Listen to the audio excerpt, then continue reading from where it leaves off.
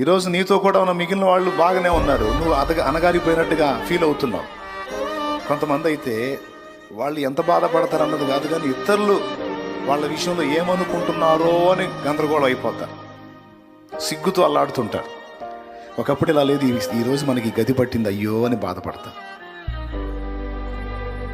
దీనికి తగ్గట్టు అగ్ని కాజ్యం అన్నట్టు వీళ్ళు దిగజారిపోతుంటే కొంతమంది ఇంకా తృణీకారంగా మాట్లాడి గాయపరుస్తూ ఉంటారు, ఆయాస పెడతారు.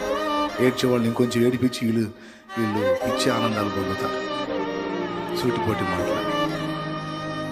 దేవుడు చెప్తున్నాడు, ఒకవేళ ఆ అనుభవాలు నీకుంటే నువ్వు చింతపడద్దు.